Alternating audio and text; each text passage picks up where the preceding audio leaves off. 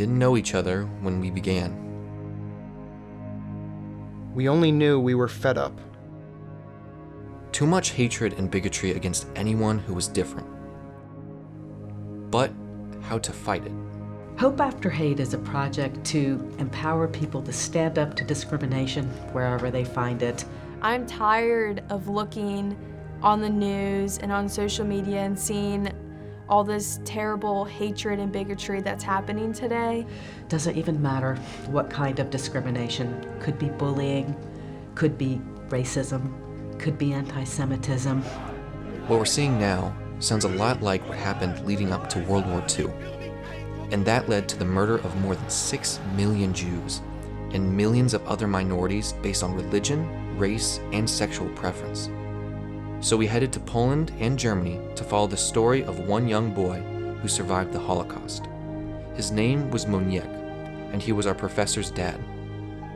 Hope After Hate is a multimedia project that was founded by our professor, Hagit Limor. Her father is a Holocaust survivor. His memories are starting to fade, so Hagit created this project to encapsulate his memory and his legacy. Like, the more we learned about in the class and the history, and the more Hagit showed us like real world examples of how it's all happening again, the more I, started to get invested. I became even more passionate about the project. For some of us, this was personal. The project felt really important to me and kind of hit an emotional part because I deal with racial discrimination. When I heard about fighting hatred and bigotry, it just took me back to middle school when kids would call me names because they knew that my dad was from Pakistan. I knew I definitely have a passion for wanting to do what I can to make the world a better place. Hope After Hate tries to allow people to figure out what they can do to make a better, more just society. And once we started to see what it took to survive back then, and to do it with hope for the future, we started to see how we could spread that message today. And it was about stopping hatred and bigotry. And it's a really emotional story, and I think it's one that needs to be told. And then it turned into, holy crap, this project is ginormous and it has such a big effect that I had no idea. I just have so much more appreciation for the survivors, for the people who never gave up hope. And I wanted to be a part of a project that can change the next generation and to tell people that if we don't stop, history is just going to repeat itself, and I don't want that to happen. I didn't fully comprehend the power of the message and the power of what this project could bring. We left in October for Germany and Poland. So we left Cincinnati, flew to Chicago, then from Chicago we flew to London, and from London we flew to Warsaw. A very safe and pleasant onward journey. We are flying with lots of gear to shoot 2 projects. A 15-minute virtual reality experience. People will be able to put on goggles and be in the places where my father's Holocaust journey took place. And we wanted to show the audience what the spaces actually look like. And we are creating video for an audience immersive play. There will be screens all around the audience, and we will be using projections that we shot in both 360 virtual reality, drone, and video. Our first night in Warsaw, we had a group dinner at a Polish restaurant.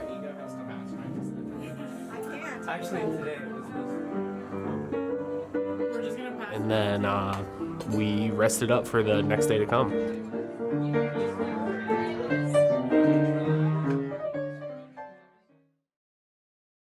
The Warsaw Ghetto was the largest ghetto in Poland, next to Łódź and then Lvov.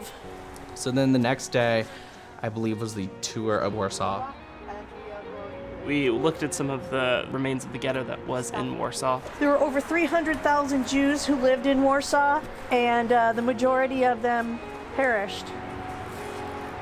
It's just casual that people live here, and the wall to the ghetto, a huge piece of history is just right outside their window. And I felt like I was 3rd grade Madison. I was 8 years old reading a snippet of Anne Frank for the first time. The stones that you see in the wall here, those little stones were put there probably by visitors as a memorial. In the Jewish tradition, we do leave stones on gravestones, on tombstones, and so we visited the walls of the ghetto in Warsaw, Poland today, and just going up to it and touching it, it was really emotional. From Warsaw, we took a bus to Częstochowa, the city where our professor's father grew up. A peaceful life until the Nazis invaded. We started out visiting its most famous site, Jasna Gora, where the painting The Black Madonna has attracted millions of people since the 1400s. Then we settled in for what we would do every night, what we called nightly confessionals. The main thing that we just did was set up the cameras and then kind of let people talk. There were some moments where people wanted to be kind of like left alone, so we would just set up the camera, press play, put a mic on them, and then just let them talk and then come back and turn the cameras off. The most interesting part was definitely the Warsaw Ghetto. It was really interesting to see something like that I've only seen in movies or read in texts, but now it's right in front of me in real life. I am feeling exhilarated. I am excited to see what comes, heavy or not. I'm feeling pretty good right now. I'm looking forward to getting into the weeds here in Częstochowa and exploring Moniek's childhood home and where he was at until he got captured. You know, I think it's a really powerful project, and it's going to be heavy, and it's going to be emotional, but I'm looking forward to it. I'm excited, and I think what we're going to put together is going to be great. Imagine right now, Moniek and the group of people all marching down this road, and about to enter to the right will be the gate into Hasag. Once they entered here, they could not leave, and they were in here for about 1.5 years. Moniek was forced to make bullets for the Nazi army. They were forced to live there. They hardly got any food. They couldn't leave. There were armed guards and barbed wire and guns pointed at them. I don't really know a better definition of enslavement. This was their life. Moniek was there, I think, about 1.5 years, and he had several different jobs, but the one he liked the most was he had to take care of the camp's ducks. And so he would lead them to a little pond that was, I don't know, maybe a couple 100 meters from the main building. It was just so beautiful, and it represented hope and peace for him. You know, instead of experiencing life as a 12-year-old boy, you know, he's working in a work camp, and his big event is not, you know, going to get ice cream or something, it's watching ducks. The Nazis took as many people as they could out of here to Germany as they were retreating. This is where he was shoved onto that train that led out of here and ended up at Buchenwald, where we're going to go in about 5 days. You'll see, this is where he got on the train, and you will see where he got off the train at the concentration camp in Germany. It was very surreal to be able to stand there where an event like that happened and be able to just sort of see it for what it was. And I just thought that it was just so strange to me that people were just casually going about themselves. I know Ed and I, at one point, we walked into this room to take some pictures and video, and it was strangely beautiful because the roof had all caved in. There was just basic support beams up top, and then on the floor was just a mound of rubble. And there was a tree growing in it, and just seeing the sun come in through the windows onto that, I think it kind of showed what Hope After Hate is about, is that you can have this mess, but also this beautiful life coming out of it. On that transport the day before the camp was liberated. So here is the actual memorial that I talked to you about before we even got here. Now that you can see it up close, you get a different sense of what is actually here. The place that affected me the most was the monument to Częstochowa Jews It's the one where it's at the railway, well, the former railway station. This is where they were gathered to be sent off to their deaths. So. It was in September of 1942. They shipped 40,000 people from Częstochowa to Treblinka in a matter of like 3 days. And Treblinka was not like Auschwitz and other concentration camps. It was a death camp, so its sole purpose was to gas and murder as many people as possible. Including Monique's mom and his brother. Now today, there's a memorial there. It's a big brick wall, and there's a split in that wall. On the left side of that wall is a Star of David made out of train rails. On the other side is train tracks. And if you look through the split in the wall, you see a weeping willow. And not knowing where they're going, not knowing what's going to happen, being separated from your family. I don't know if you can recapture it, but I think of it for my kids. I have 2 kids, 13 and 10. I think of them just like right now, if someone just took them away from me and they were just put over on a train on their own, 13 and 10, not knowing what was going to happen.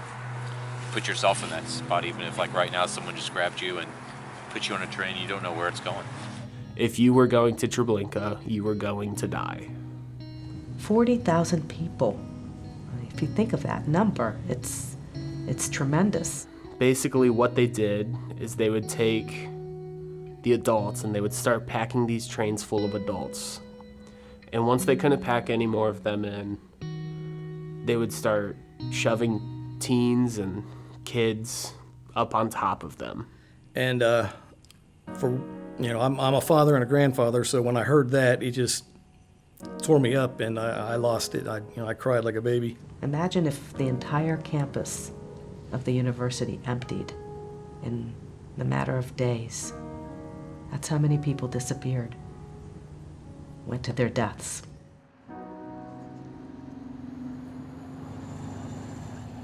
This was his block. This was the place where he had an amazing, happy childhood.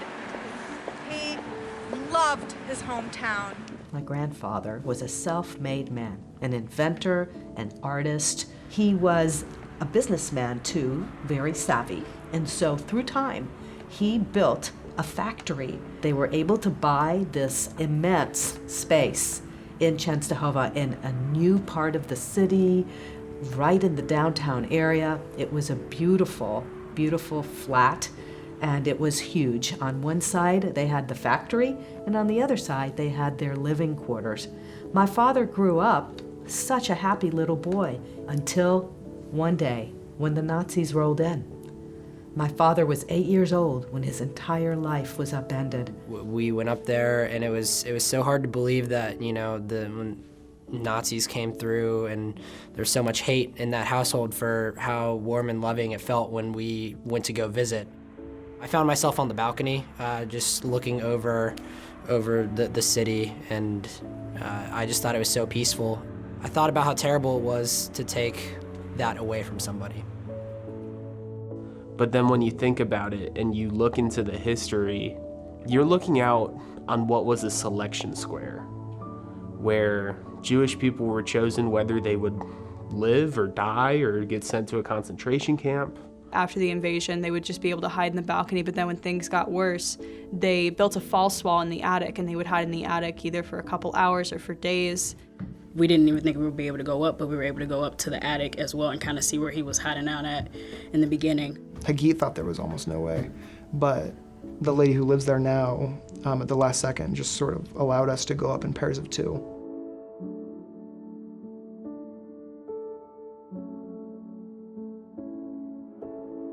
You had to sit there and take it in for those 10 seconds because it was crazy to try to imagine what took place there.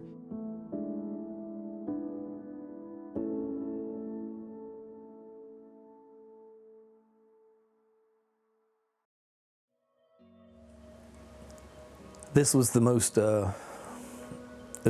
emotional experience I've had to date on this project. We might see a lot of horrible things, such as the railroads, the small ghettos, the bars, the wires, but at the same time we're also seeing the places of freedom, like the duck pond. Hagit told us the story about how when the Nazis would come upstairs, the occupants of the house would run to the other end of the house where there was a window that they could climb into another apartment, which was some relatives of theirs. And so this worked for a while to keep them out of being captured by the Nazis. Standing there, just like thinking about that was really just, it was horrible to think that that happened. And that wasn't even a century ago.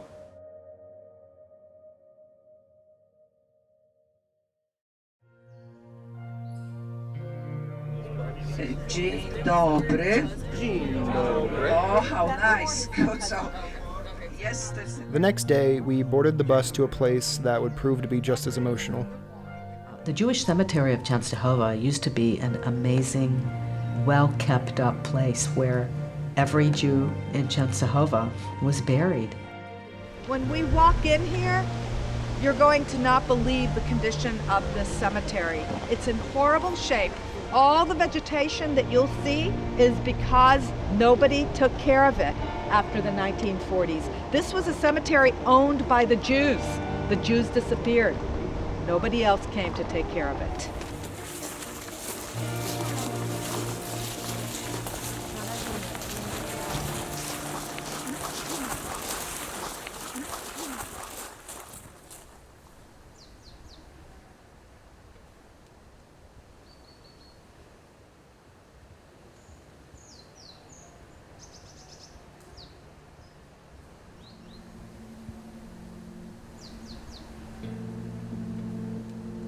It was all overgrown. It hurt a little bit to see that people didn't care and just let this happen to the graves. Some of these date back to the 1800s, some are in the 1900s.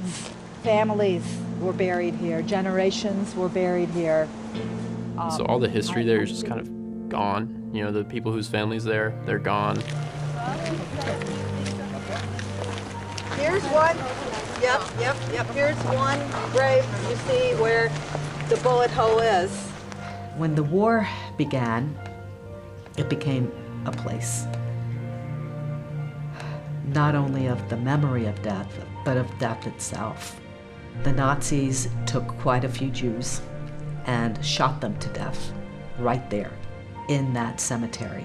And to this day, you can see the bullet holes in some of the monuments that are left. As we kept walking in deeper, it was like we were getting new details as to just the history of this place and how just horrifying it was. And it was very sad to see what the Nazis did. So we know that at one point there was a grave there for my grandfather, but that grave is gone. It is a place where I know I have a lot of family buried, but I don't know where they are, including my grandfather. I've never been able to find his grave. After the war, many vandals came in, took away some of the tombstones, knocked them over, destroyed a lot of it. But then we found a beacon of hope. Our professor searched birth, death, and marriage records back to the 1800s, and she found one name. One grave for my entire family, more than 200 people. Only one grave. Through birth records, we confirmed my great-grandmother, my grandfather's mom. And that is the only family grave that exists for my entire family that I know where someone is buried that I was related to. Only one. And so we're gonna go there now. Oh my goodness. Wow. Hey, Yoram. Yeah? I'm having problems finding it again. I'm not either. It was freaky because we got there and Hagit was so sure where it was and we couldn't find it. It was just like it was missing all of a sudden. We'll find it, but I thought it was on this row. And then finally we managed to find it, and the whole group gathered around and Hagit gave some words while Sean was wiping some of the dirt off the grave. This gravestone is broken, so this part that's on the ground was originally on top, and it's been toppled over. So at the very top, there's a candelabra for life, and it says, Ishaz Kena V'Yekara tshuva tamid v'yeshara, a good and dear wife who was always straight shooting and honorable, always did the right thing. This is the place where my great-grandmother lies. And it is the only place I have to mourn any of my entire history of my family. There's nowhere else, because most of them died in other places. Most of them died either in the ghetto, or in a concentration camp, or on a cattle car train, or who knows where. And those who came before them, their graves are gone.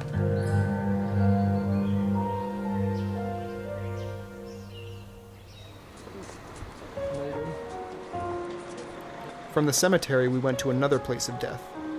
This was the small ghetto, where the last surviving Jews lived before the Nazis sent everyone to concentration camps, including Moniek.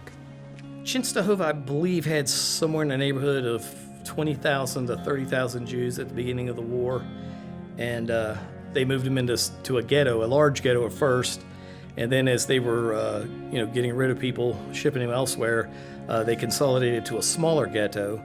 The small ghetto was strange because as we were going through Częstochowa, there's absolutely no indicator there now of where the borders to the small ghetto was. There's not very much left of it. It's kind of been built up around it, and there's people that live close to there, but you can still recognize some of the older buildings based on old pictures if you look really hard. It was similar to Hasag in the way that here's this really interesting piece of history right next to normal life. Just that juxtaposition of hatred in the past to just normal life now was strange to me. In the general area where the small ghetto is today, I saw something that really disturbed me. Somebody had spray painted Ku Klux Klan on a wall, and I'm like, really, of all the things you could borrow from America, that's the one you pick? And, and it also showed me, that unfortunately that hatred's still alive in Częstochowa today. And so it's sad. It's sad to see it here, just like it's sad to see it in the United States, that some people would think different groups of people should have less rights. And we all just kind of took a moment and we just reminisced, and we realized, this is why we're here, because that mindset still exists. Oh, yeah. After another emotional day, we drove back to the hotel to reflect on what we saw. And it was just so tragic to see all of these super, super old gravestones, and they're just scattered, and there's bullet holes through them. A lot of the tombstones have been desecrated, either by the Nazis during the war or by other people afterwards. There's just no way to keep it at the pristine condition that it once was in, because there are almost no Jews left in Częstochowa. Just imagined what life could have been like had the Nazis not invaded. What a beautiful, beautiful town this is. To have been visited upon such evil and hell.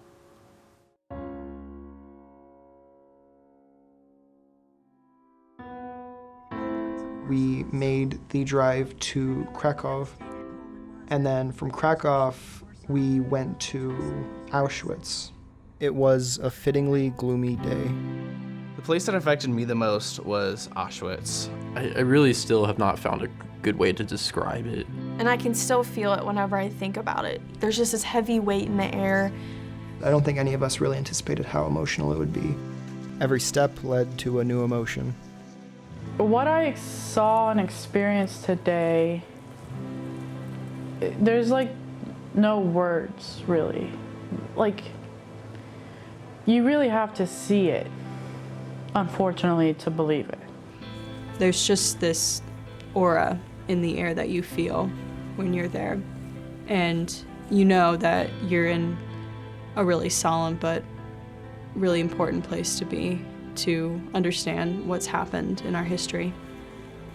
Going in and standing in the gas chambers and seeing where people were executed, that was all very horrific. And right next to that is basically a bunch of different ways for Jewish people to die.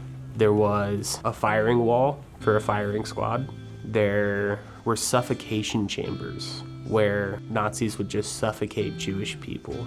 And I don't understand how people could do that to other people and just not think about it. And then just go and sleep at night and then go home to their families and go about their normal day. Like, they didn't just destroy the lives of people like them. It was really hard to just face it, to face the evil that we know about. There were a lot of museums there that were very well put together, but also very hard to see. The exhibits broke down the number, 6 million Jews, to personal examples we could understand. I think it was the first building you enter, where it's the evidence of systematic murder, and you enter the room full of hair, and I could barely take 5 steps in, and I completely lost it. And it turned it into like a very personal thing that happened to multiple people. They just went to work like everyone else, and they went to school like everyone else, and they had dinner as a family. And they were just normal people, and the only difference is that they were Jewish. Every step that I took, I was stepping in this spot where someone had died and had been murdered, gassed to death. Every step I took, because they were packed so tightly. Your body gets heavy, and it gets hard to move and hard to breathe. And you're just surrounded by the horror that took place there. Auschwitz was so planned, and I think that was the thing that hit me the most when I was there, is I realized that somebody had to plan the camp. I mean, someone had to really think about that in advance, and it wasn't just something that they put up overnight. I'm just so afraid that we're gonna forget about it, and I don't want that to happen, and I don't want it to happen again. And I picture it happening to people that I love. I don't know how humans can be so inhumane to other humans. We're all people. We're all the same because we're people. And for people who think that this is just history, there was an attack today while we were at Auschwitz. It's our job to prevent it from ever happening again, to spread the message. I wish it never happened. I wish I wasn't here. I wish none of this had ever happened. But it did. And I'm here. I'm glad we can tell this story.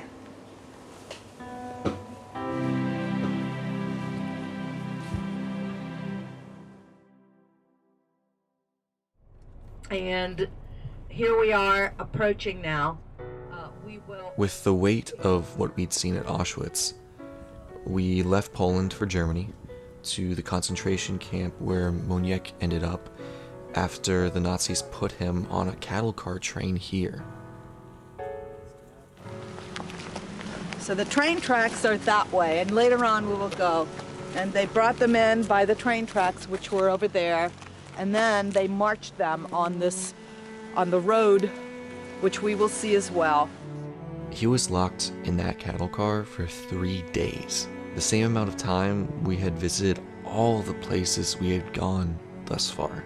Let's not think about history, let's think about humanity and people who were stuck on a train for days, not knowing where they were going, children who'd already lost their parents. Moniek was all by himself.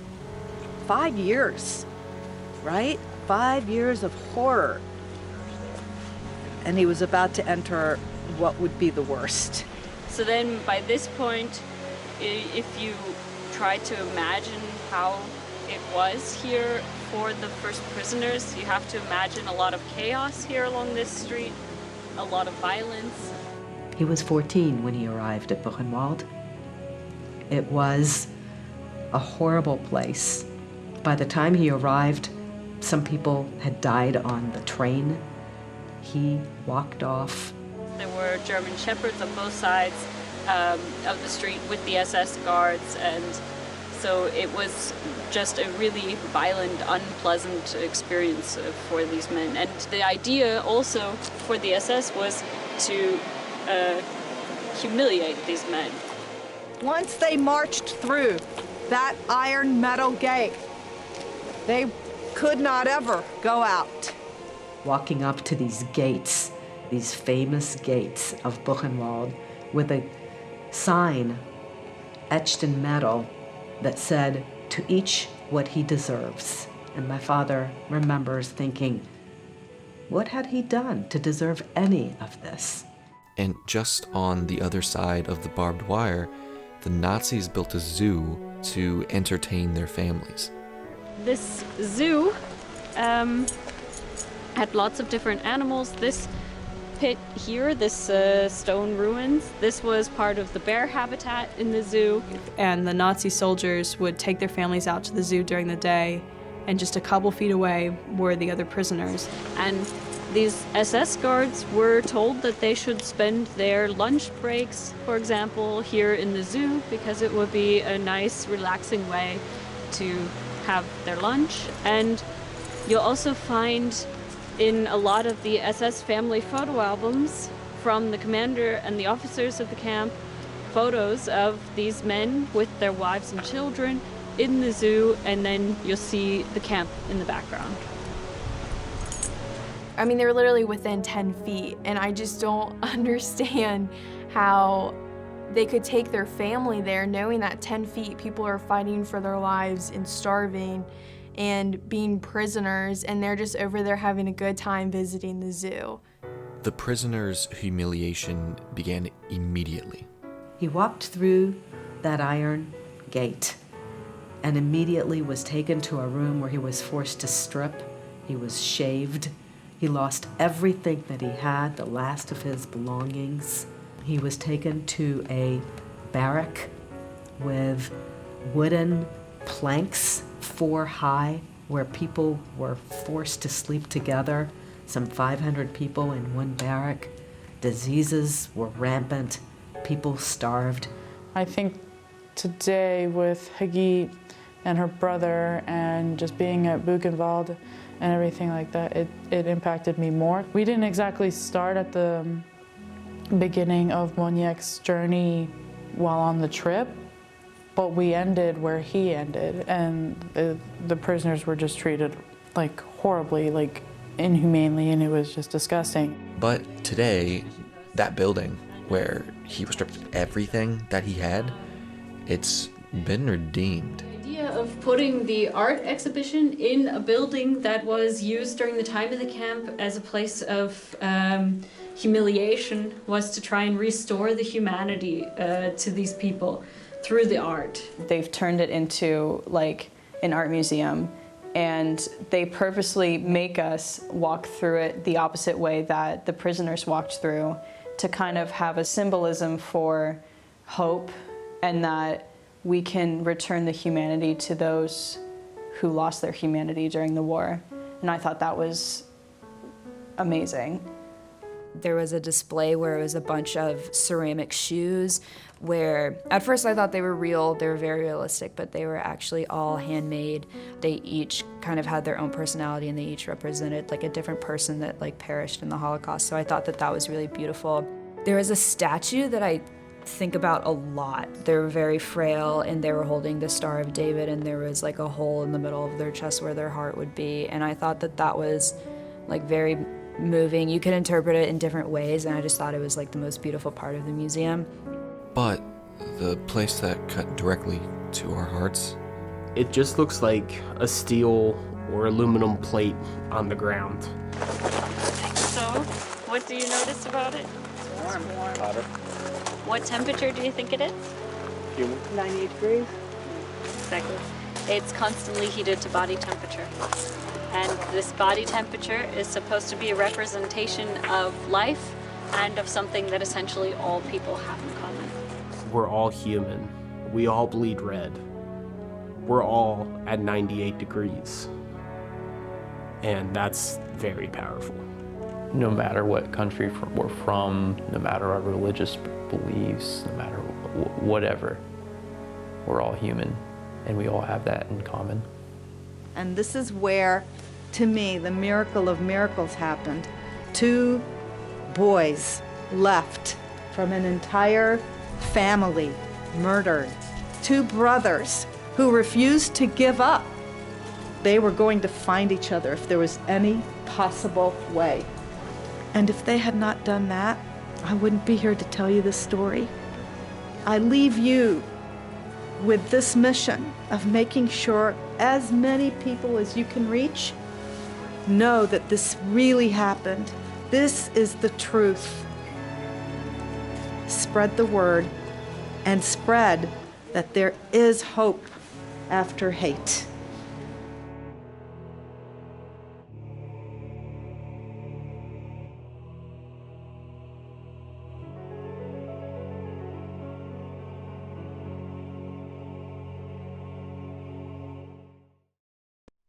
Hope after hate means that we don't have to be bystanders and just let evil happen. Hope after hate means that we're all human and we're all connected. The more further removed we're from the Holocaust, the more people forget about it, and that's something that we should never forget. We need to acknowledge that this human atrocity happened, but there is hope to ensure that it doesn't happen again. It's about forgiveness, I think, to me. All this pain that these people went through, they still came up out of it and created a new life for themselves. Bringing good people together, uniting people of all different backgrounds, ethnicities, and just fighting for what we believe in, fighting against hate, fighting against bigotry, and just loving everybody and accepting everybody for who they are. It's more than just a project. It's more than just a trip that we went on. It's more than a class. It's a chance to change the future and to remind people that we can't forget about our past, because if we do, then history can just repeat itself. As long as you know there's just a shred of hope, you can grow off of that. It's definitely just the message out there that there's people doing this and that there's still people that care. It can be hard, but it's worth it. It's worth every bit. Hope after hate is about fighting injustice in this world. We're all so different, but we're all the same.